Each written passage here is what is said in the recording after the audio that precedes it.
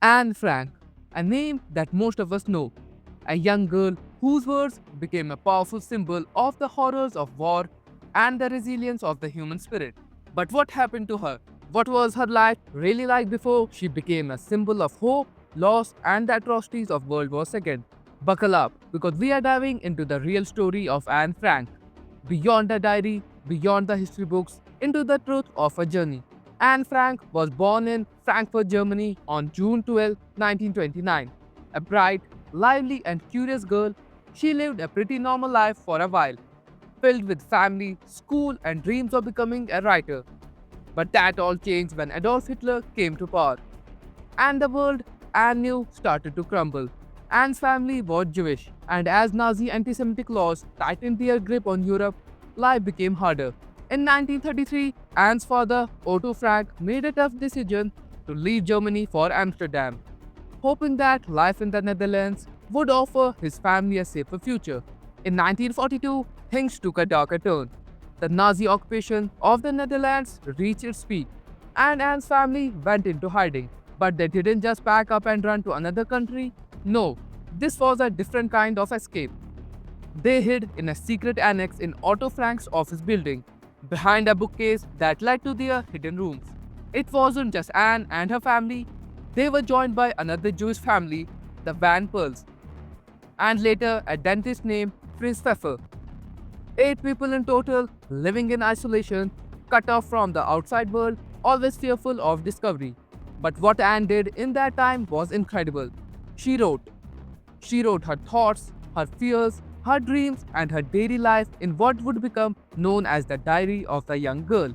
Living in the annex was no easy feat. Imagine being crumpled in a tiny space with 7 other people.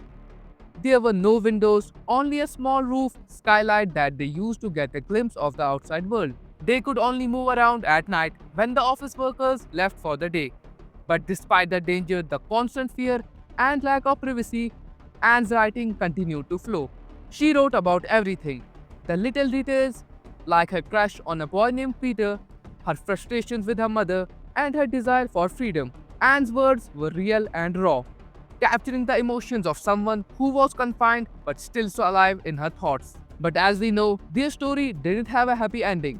In August 1944, after 2 years living in hiding, the Frank family was betrayed. It's still a mystery to this day who gave them away, but one thing's for sure, this betrayal led to their arrest and the collapse of their secret world. Anne and her family were arrested and sent to concentration camps. Anne's last entry in her diary was written just days before her capture, filled with hope but also an awareness of the horror that was closing in on them. After their arrest, Anne and her sister Margaret were sent to Auschwitz and later to Bergen-Belsen, a notorious concentration camp in Germany. The conditions were brutal: starvation, disease, and overcrowding. Both Anne and Margaret contracted typhus, and tragically, they died just weeks before the camp was liberated by Allied forces in April 1945.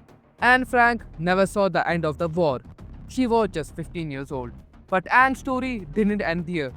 After her death, her father Otto, the only surviving member of the Frank family, discovered Anne's diary. Otto, devastated but determined, made the brave decision to publish Anne's word, first in Dutch, then in many languages. The diary of a young girl became a worldwide phenomenon, sharing Anne's voice with millions of people. Anne Frank became more than just a victim of the Holocaust.